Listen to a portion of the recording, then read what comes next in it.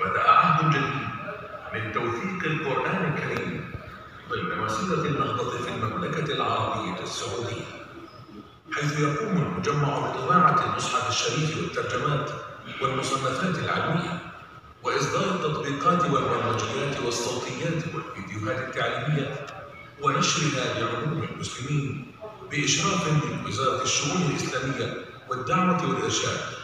ويعد المجمع صرحا شامخا متكاملا في مرافقه، إذ يضم مسجدا ومبانيا للإدارة والصيانة والمطبعة والمستودعات والنقل والتسويق والعيادة الطبية والمكتبة والمطعم على مساحة إجمالية تبلغ 250,000 متر مربع.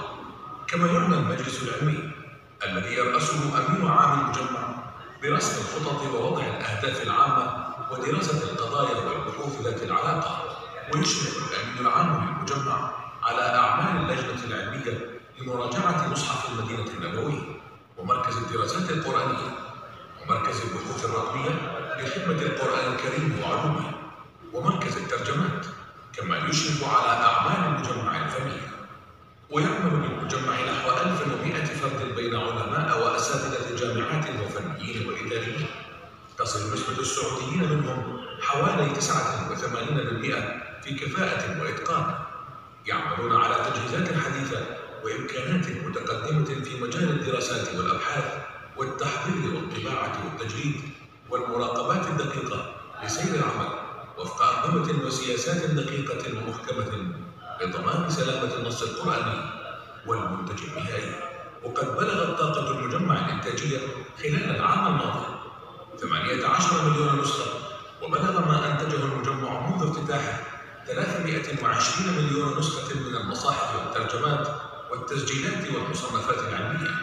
كما بلغ عدد المصاحف المخطوطة 8 مصاحف، والمصاحف المرتلة 8 مصاحف أيضا، وعدد الترجمات 74 ترجمة، وعدد الدراسات 40 دراسة، وعدد الندوات 7 ندوات علمية، وملتقى لخطاطي العالم. كما فاز المجمع ب5 جوائز محلية ودولية، وصدر عن المجمع 17 عددا من مجلة البحوث والدراسات القرآنية، وللمجمع 12 موقعا على الإنترنت ب7 لغات. كما أصدر المجمع تطبيق مصحف المدينة النبوية على مختلف المنصات الذكية. وبتوفيق الله ثم الدعم المادي والمعنوي من قبل خادم الحرمين الشريفين الملك سلمان بن عبد العزيز آل سعود حفظه الله، وولي عهده الأمين صاحب السمو الملكي الأمير محمد بن سلمان بن عبد العزيز آل سعود حفظه الله، سيستمر المجمع في تقديم خدماته وإصداراته لتبلغ المسلمين كافة. مجمع الملك فهد لطباعة المصحف الشريف هدية خادم الحرمين الشريفين للمسلمين.